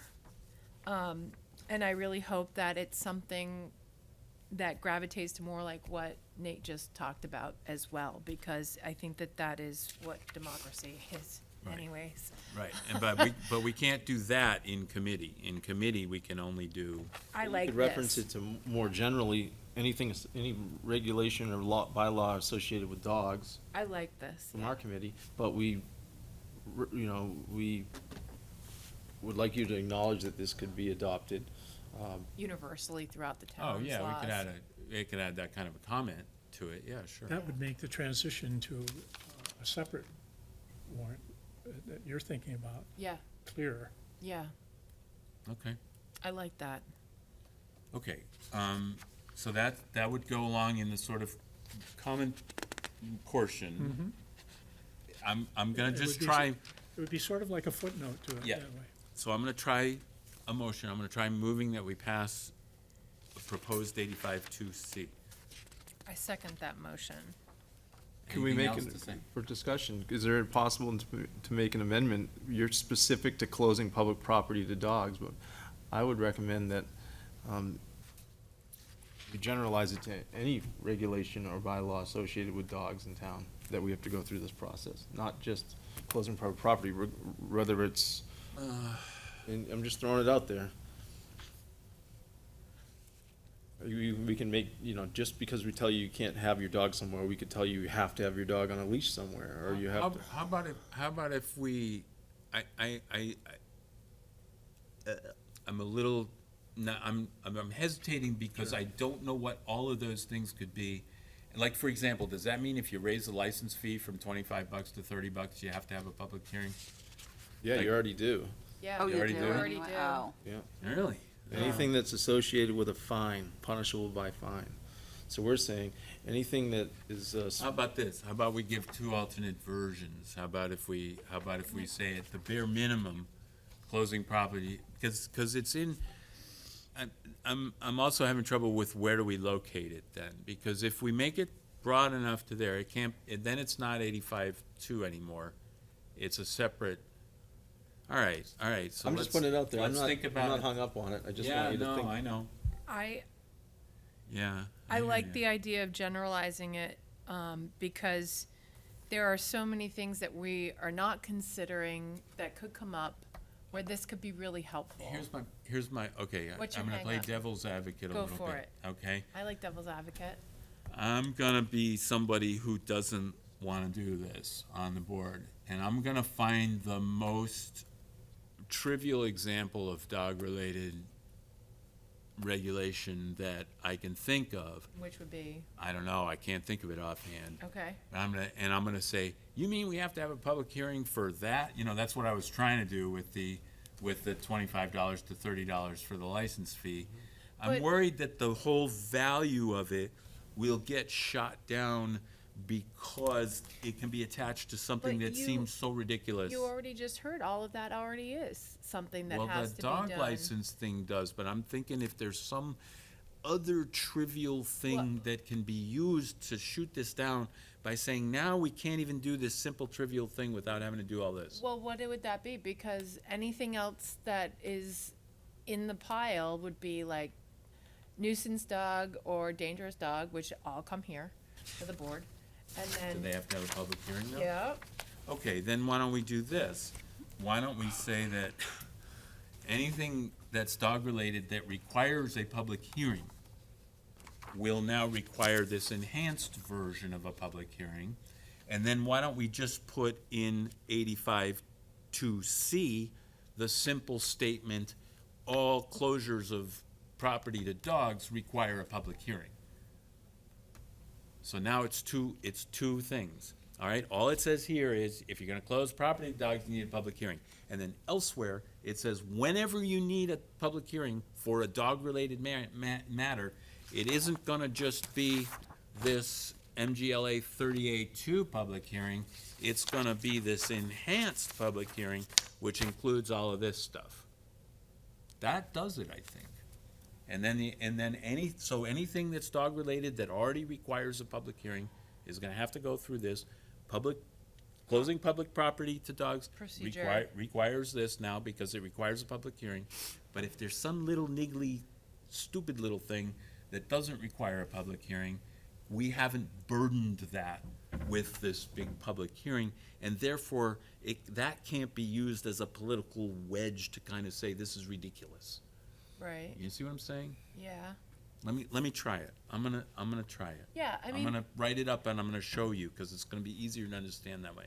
yeah, well, do what you will with it and then email us and let us see what you're looking at Okay. and we can kind of like comment and, Well, we can't deliberate online, but we can pre-think it right. before the 24th, and I can get this out to you way ahead of the 24th. Well, we can comment it on the 24th. Yeah, okay, great, I got it, we're good. Thank you, those are great comments on that. Okay, where are we now? Dog in need of training amendment. Okay. We've got nuisance dogs and we've got dangerous dogs. Uh-huh. And nuisance dogs are really basically defined as dogs that bark and pick up, that annoy people. And dangerous dogs, you get into some very deep water there in terms of what the consequences can be. And there's different levels from what the AKC has discussed with us too. And the chief said, people are reluctant to pull the trigger and to, so to speak, and to call a dog a dangerous dog because of all the terrible things that might happen. They don't wanna go, they don't wanna, that dog, my neighbor's dog is a little iffy, I'm a little worried about him, but I'm afraid to start the whole dangerous dog process because maybe. Can we be clear about what people, are we talking about people as in town residents? Are we talking people as in authorities or people on the Board of Selectmen? I'm not really sure who he was talking about, to be honest with you, but I sensed that he was talking about a reluctance to use the tool because the tool is so drastic. So I'm wondering whether we could have an intermediate thing called a dog in need of training amendment. And that would be a dog who jumps around on people and is very nice and sweet, isn't gonna bite you, but might knock you over. Okay, all right. I have a lot to say about all of this because I have personal experience with this. And my feeling is that when dogs get to this point where they are a dangerous dog, there is something lacking for the dog. Something needs to be done for the dog. I feel that Right. Yes, training, but maybe even aid to the owner to get that training. Maybe even temporarily separation from the owner and take that dog to get training. Either a fund, something needs to take place here. There really is, because I know of specifically of something that happened that the dog was warranted to get training, and due to issues of travel, the dog never made it. So there are circumstances that come about where people, the owners, are limited. Right. We need to make in this something about like aiding the dog, not necessarily aiding Alright. the owner, but aiding the dog. So how about this? How about if you and I put our heads together a little bit, because this isn't drafted yet. I okay? know. So I just want to get a question to a vague question to the Orleans Police Department. I also want to draw your attention to the fact that I'm also saying either leash it or train it. Because, the dogs that I'm thinking about are dogs who just are not ready to be off leash in a crowded space. And the owners that I'm thinking of are owners who would comply. It's not that they're not, like low functioning people. They're just people who, they're Yeah. just people who are not confronting the reality of the risk that their dog poses. Yes, I agree with you that there are two separate. Yes, I would agree with you. All right. But I think that we need to go off, as we were saying before, into the possibilities that we're not discussing about. Trying to be so. All right, well, let's not go down that thing yet, because we don't even have the amendment. So you and I can talk about this, and we can try to put something together and put it out and see if we can get it through on the 24th, and maybe we can and maybe we can't. If you're writing this, it might be writing it, or it might be helpful to include who's going to make this decision. Yeah, I was just gonna follow the same procedure as the dangerous dog law, the exact same procedure. Who makes the decision on a dangerous There's dog? a, There there's was a the hearing. AKC, No, there's a in town who, I is thought it it the was- selectman? it's who- the Board of Selectmen who oversees the dangerous Yeah. dog hearings. Yeah. Can we just, Wait a minute. Sorry. Are we sure of that? Yeah, I'm positive I've sat in front of them for one. Yeah. Reason I'm asking, and I was They doing some reading, it decide, yeah. suggests that They that decide. dangerous dog decision is made outside of the town, but rather in the county? I don't believe that's the case.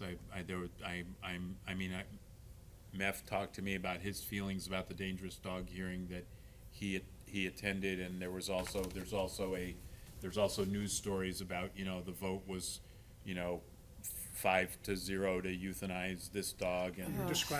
You're describing what happened. I'm raising a question about clarification of who is supposed to make the decision. And I just think that it could, once that's looked into, it could go in there on who makes that decision. So- Because what you've really created is a third alternative, if I'm Yeah. correct. Yeah, And in that third alternative, instead of moving from a problem to a dangerous dog, you're suggesting, if I understand you, the opportunity for looking more carefully into this dog and having it be given some training or something. I think they're different types of dogs. I mean, I think one of the dogs that I'm thinking of specifically is a golden retriever who is completely sweet, completely friendly, would never bite you in a million years, but might knock you over. All I'm saying is that in that alternative that you're proposing, Yeah, it would be helpful to include who would make the decision that the dog would go into that alternative. right, and And you're, I will. and in answering who would make it, it was suggested that the select board makes that decision. Yes. And all I'm doing is raising that we confirm who makes that decision, that's all. You want to know for sure? Yeah, I You know, mean for additional I training? feel that I know for sure. I know for sure. You know for sure, I know for sure that the Board of Selectmen make the decision. I know for sure as well. because I was here. and I they- was they here as made well, that. for Yeah, two of 'em. Yeah, yeah. But in any event, all of that is covered. then you're gonna, okay, if you know for sure, Yeah. then it might be good to put it in here, who makes the decision, Okay, so we know. let So me- it's just not out there. I know. Let me just try one more time and it would be helpful if somebody has 140, 157. Does anybody have 140, 157? It would really help me explain this. Yeah. Okay, so we have existing things here. It says if the hearing authority deems a dog, okay, so the existing language uses the word the hearing authority. Who is and that hearing authority? It's That's the what I'm Board of saying. Selectmen. Well, then let's put it in, that's all I'm saying. Okay, I was thinking of tracking the language of this and I know, using but- hearing authority here as well, because the same thing that makes this hearing authority turn into Board of Selectmen will make that hearing authority turn into Board of Selectmen too. All I'm suggesting is in the spirit of trying to get more specific, as what our committee's doing, that it might be helpful to put it right in there. So that when we're reading this, we understand that what you're being proposed here would be decided by someone. By saying the hearing authority, I appreciate that language, but at the same time, it doesn't tell us who it is. No, it doesn't, and if I was gonna counter-argue that, though, I would say that suppose that down the road, there's a global change, and now it's not the Board of Selectmen who do it anymore. The hearing authority is now some other thing. Maybe they pass That's why- on. Now you that. have to separately amend that statute because it's not gonna follow the new definition of hearing authority. Maybe there's a need for a footnote here then, just to say, footnote. stating what you There we said. go. Great, that works. Okay, so is it okay if I ask the Orleans Police Department, from a law enforcement perspective, do you think it would be helpful to have a third category of dog, in addition to dangerous and nuisance, to cover dogs who pose a reasonably clear risk of knocking people over, along with a formal process to require the owner of such a dog to either leash it or train it to give people more space? I'm not sure how to express that. That's not well stated, so I can state it better. But would it be all right if I asked this kind It's of a a good question? idea, it's a great idea. I move we do that. Okay, I second. Discussion? Yes, sir. I'm just looking at the definition of nuisance dog. Yeah, One of the Where are you line, now, Nate? this is 157. recommended enhancements to Orleans dog bylaws from Stacy Ober. She references section 136A under nuisance dog definition. Okay, that's in Stacy Over stuff. Okay, let me find that. I gotta find that. How is that defined? One of the lines in there, a dog that a reasonable person would find such behavior disruptive to one's quiet and peaceful enjoyment. See, I worry that that doesn't work for this. What I'm seeing as a, yeah, maybe. What do we do, So because, then the- because, here's the thing. We're clear on what we're talking about, right? We're talking about a rambunctious, Yeah. giant puppy, okay? I'm a reasonable person. He's not really disturbing my quiet enjoyment. I'm just worried about the very specific bad congruence of this dog and a frail person. So it's not really disturbing me. It's more like I see trouble coming. Yeah. You know what I mean? So that's why I see it as different. I see it as a dog who a lot of people might not care. I don't care. Dog jumps around, Sure. whatever. But in the wrong time and place, the wrong combination of circumstances, all of a sudden that's an 80-year-old with a broken hip, and that's not funny. That's a serious thing. So that's why I wondered if we didn't need the extra. I'm just being the devil's advocate. No, I appreciate it. Because, it's still gonna take someone to complain and bring it to the board. Yeah, but you know what? I would have done it.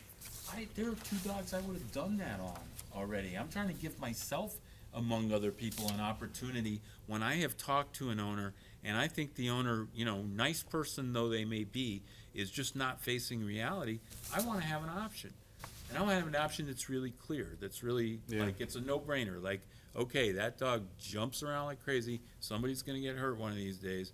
Okay, ma'am, you've gotta take that dog, you gotta either put that dog on a leash, or you gotta take that dog down to, the trainer, and you gotta leave it there for 3 weeks, or you gotta do whatever.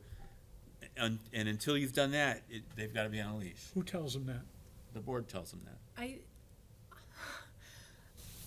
I respect what you're trying to say there, but at the same time, I think that And you have to prove it to the board. I mean, it's not enough, you don't get to just come up to the board and say, hey, that dog's a dog in need in training. You need like video, you need something to demonstrate it. I get what you're saying. Because, just think about it, I what know. happens if. Well, I know what How does happens that change if. the whole political landscape? How does that change everything? And, in other words, you gotta look ahead and say, where's the next potential problem coming, maybe? Like, I'm a conscientious dog owner. When my dog starts showing signs of some behavior that needs to be addressed, I separate her from socialization areas and I address the situation. Not everybody does that. Most people, especially people with smaller dogs, don't do any training. I commend people who bring their little Malteses to the training place, because that's showing that you really want the best, for your relationship with your dog. I think everybody should do obedience training. I don't think everybody can afford these things or has the time for Yeah, thing. who pays for Okay, it? but And who then pays you've for gotta it? put your dog on a leash until your dog settles down. If your dog's a 1-year-old I and know. weighs 80 pounds and jumping all over the place, that dog needs to be on a leash until that dog calms down. I For totally the agree. sake, it's the same thing that Nate was saying about for the sake of the town, for the sake of the community. It's the same thing. You don't have an absolute right. I totally agree. I have a Doberman, and Well, I then- thought to then myself, what's like, I the- would never put her to be a representation of stigma that the breed already has, and I was gonna not, do a disservice to her. But that doesn't mean that somebody getting a golden feels the same way. Does that mean that they shouldn't do it? No. But does that mean that we get to govern what they do? If they're going to potentially hurt somebody, And then, you know, they should train. If they don't have the resources to train, if you want to try to set up funds or whatever to help people or get people to volunteer and come and train and all that, I'm all in support, probably through ODOG, not through this, of doing that. But if all else fails, put the dog on a leash. Put that dog on a leash so we don't end up putting all dogs on a leash. I get it. So, One ruins it including for all. Yorkies, so that this won't happen. I think get it. that's One fair. ruins it for all. Yeah. I know. So, can I ask the question of the, is this, yeah, can I ask, would it be helpful to have a third category of dog to the chief? I think we said, Did we already say I we think could? it would. I think we We moved that already? moved it, we discussed it, Okay, so I call the question. all right. So, all right, so that means we vote on it? We haven't voted on it yet, you're saying, right? So, all in favor of me asking this question to the chief? Oh, you had, yeah, that's how we got, are you done, or is I'm everybody done. okay with that? Sure. All right, so I'm in favor. Anybody else? All right. Patty? did you- Oh, yeah, sorry, yeah, no, I was writing. All right. Okay, great. So, finally, we can do this super fast. From a law enforcement perspective, do you have any comments about the general recommendations proposed by Stacy Over? I just thought I'd let him look at it. I don't think we're gonna be able to process and turn those into specific recommendations in time. She gave there's a lot of stuff to look at there. It feels a little overwhelming. But regardless of whether we do that, I'll just show them to him and see what he says, right? Okay? All right? Did I move I- that I do that? I second that. All in favor? Okay, great. So, since we have a very short time, why don't we go to the dog park thing and, I don't think we have enough time to deal with it Well- in detail. Why don't we go to our minutes and approve the minutes? We're back three okay, minutes here. okay. What was All the right, dog? so let's, well, nobody's read the 27 ones. Take some, But, like, they look pretty fast. brief, so let's, okay, does everybody have these, January 27? I did. I read them. I have an edit, David Abel, A-B-E-L. what's that? Last name Abel, David, A-B-E-L. Minor. This is the minutes, oh, from the 27th, okay.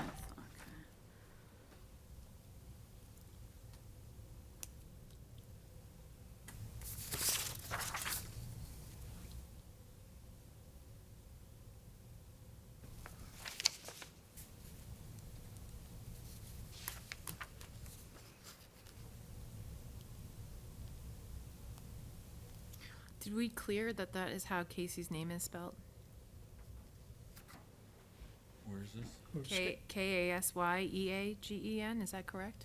Oh, I don't know about that. okay, I don't that's think fine. so. I That's think the way it was on previous minutes, so. Oh, it was? we The were first name is spelled like that? We might want to double check Yeah, that. I You don't- can usually find that Yeah, listed on the police Well, just look on the email. website. Yeah, I don't think that's how it's spelled. I'm not sure that's how Egan's even spelled. I think it's EGAN, but I could be assuming. Yeah, let's flag that. I think all you have to do is look at a group email. She's on them. And just look at her email address. Oh, my name has two T's in it. Okay, Patty Platten Yeah. with 2 T's. T's, yeah. Patty, did you do this mitten? No, I didn't do these, did I? Oh, okay. No, All no, I right. didn't, I didn't. Police will hold meetings to communicate with dog owners about their privileges and responsibilities for dog access to town lands. I'm not, That's what they suggested. well, is it exactly that they were gonna communicate to us, or? Well, they did talk about having some kind of It was like a sessions or forum forum or kind of something. thing. Remember he said we have a meeting room? No, I remember, I Yeah. totally remember that. I'm just wondering whether this makes it sound like they're gonna have presentations for us, and I'm not sure that's what they had in mind. I think what prompted it was that I had said, you know, it'd be nice if we got to know the enforcement officer and if we felt free to make comments to her. And then he kind of said, yeah, we could do that in the context of everybody meeting at at our meeting room. So I'm just concerned that it was more of a discussion thing that we agreed to, as opposed to the this makes it sound like the police are gonna kinda have a canned presentation for us, which they might not. That's all. So I looked, it is CASEYEAGAN, and we might wanna note that all the Wait a way minute, start through over. our, Wait, hold on. So the first name is K-A-S, no, CASEYEAGAN. CASEY.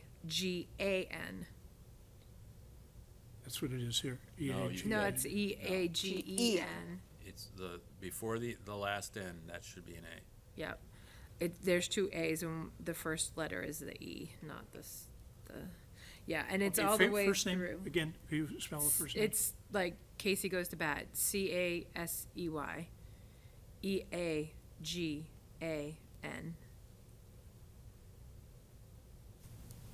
And that is, she's referred to in the third bullet and the second bullet.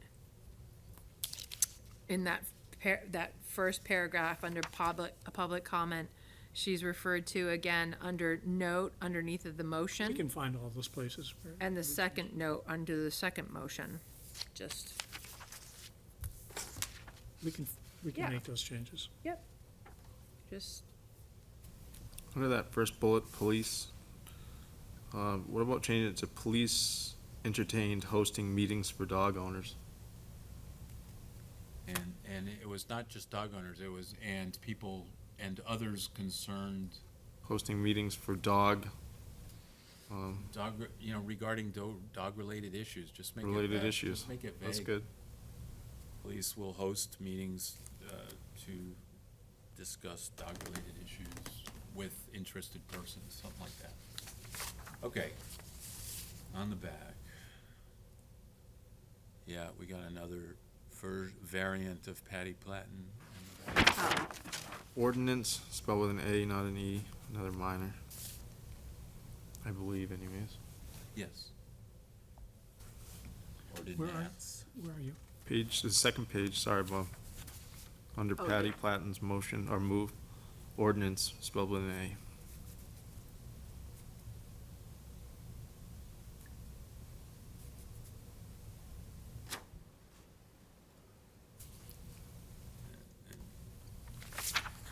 Good job with the minutes, looks good.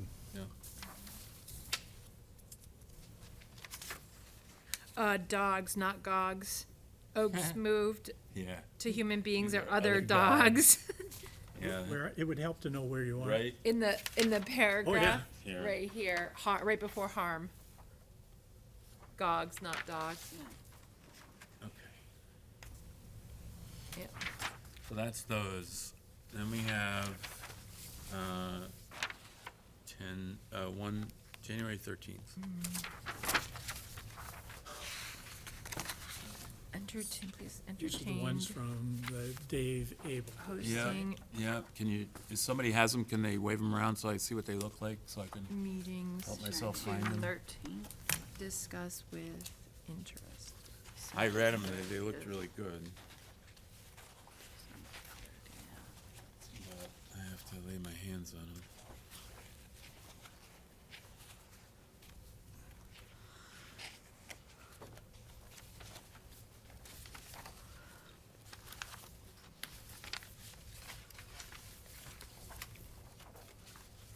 Were they part of last week's packet? They No, should I have been. didn't see What it. is that?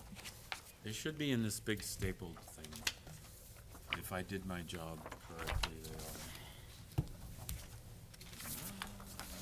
Of course, there's no guarantee that I did, but This one's yours. I see December 30th. Where's mine? Where'd Well, they my might be big- dated wrong, because there's two that say, oh, there are two versions of December 30th. Okay, let me go. Right, okay, here we go, here's a December 30th, here's December 30th. I do not see David's. How did they get left out? All right, so maybe we should just go to the 30th, because we've got, if that leaves us with one set of undone ones. Oh, wait, we're January 13th we're looking for? Yeah, you got I it? have a copy of. Can you show me what it looks like? Was it like two things? Yeah, okay. Great, I was like sitting right Can I there. see my packet? sure. Yeah, it's right here. No, sweetie, that one that you have in front of you isn't. This one, no. No, it's not. That's February Oh, 3rd. sorry. That's okay.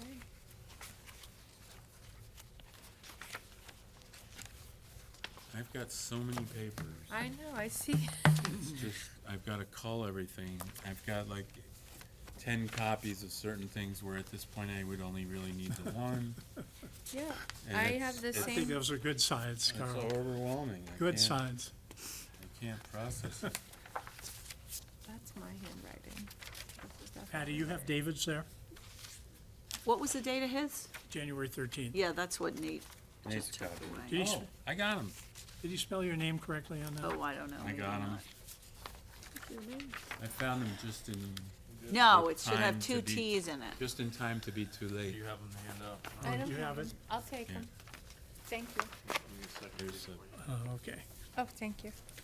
Yeah, it should have two T's, P-L-A-T-T. See, I took this from, From his his, minutes. yeah, yeah. So I mean, who knows, going backwards. Yeah. Maybe. Okay, How so long there's you've a- Not had on the all of wrong these. spelling? Well, no, because some of them earlier ones, it just said like Patty P. So, Oh, yeah. yeah, so, Yeah, I did that. oh, you did that. I did that. Well, that simplified that. It certainly does, right?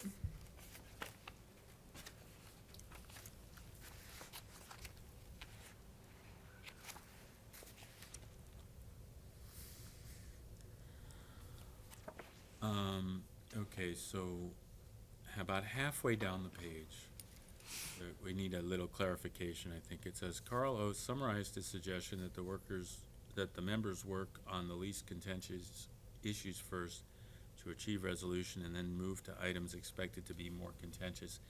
The aim is to complete by end of February. This is only in relation to the legislative stuff. Oh, okay. Um, So maybe So, add work on the rule- least contentious rulemaking issues. Let's just say legislative. Well, whichever. when you talk about legislative, you mean the Like- recommendations we're reporting in our final For Report. bylaws. Talking- bylaws? Yeah, You're considering the bylaws and legislation? yeah. Okay. Rulemaking's probably a little more technically perfect. Appropriate? Yeah, but it's, either one's fine. Just so people don't think this relates to everything. Because Okay. we're not trying to finish our job by the end of February.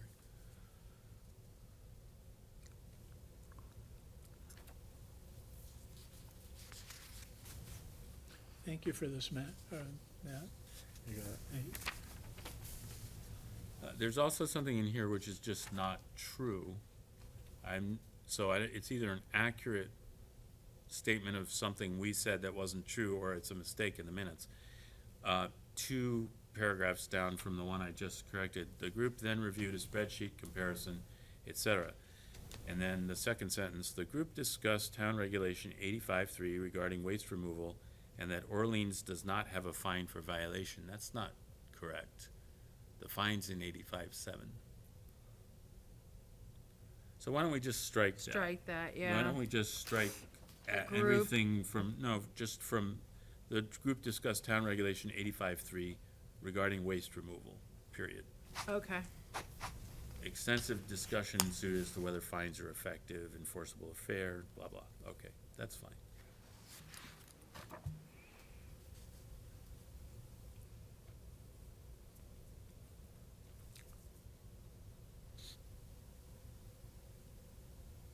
Okay, well, we've kind of moved on from Yep.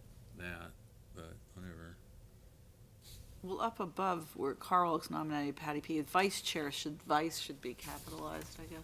Absolutely.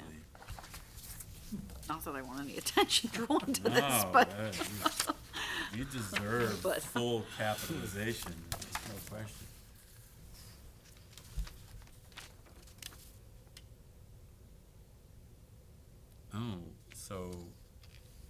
Jessica B. discuss with the town to clarify intention and practice, by the way. And Make a motion 85.5 saying that licensing of To make no dogs. change. Wait, section, where are you?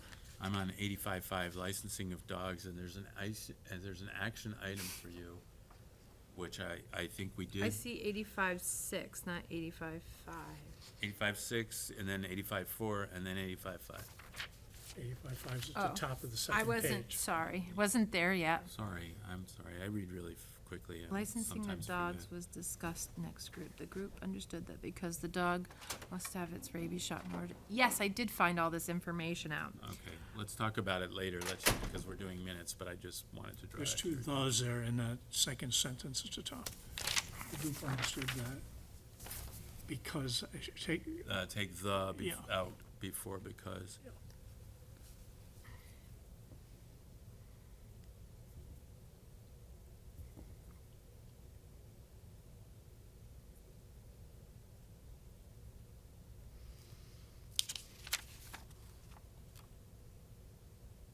Okay. Who's gonna make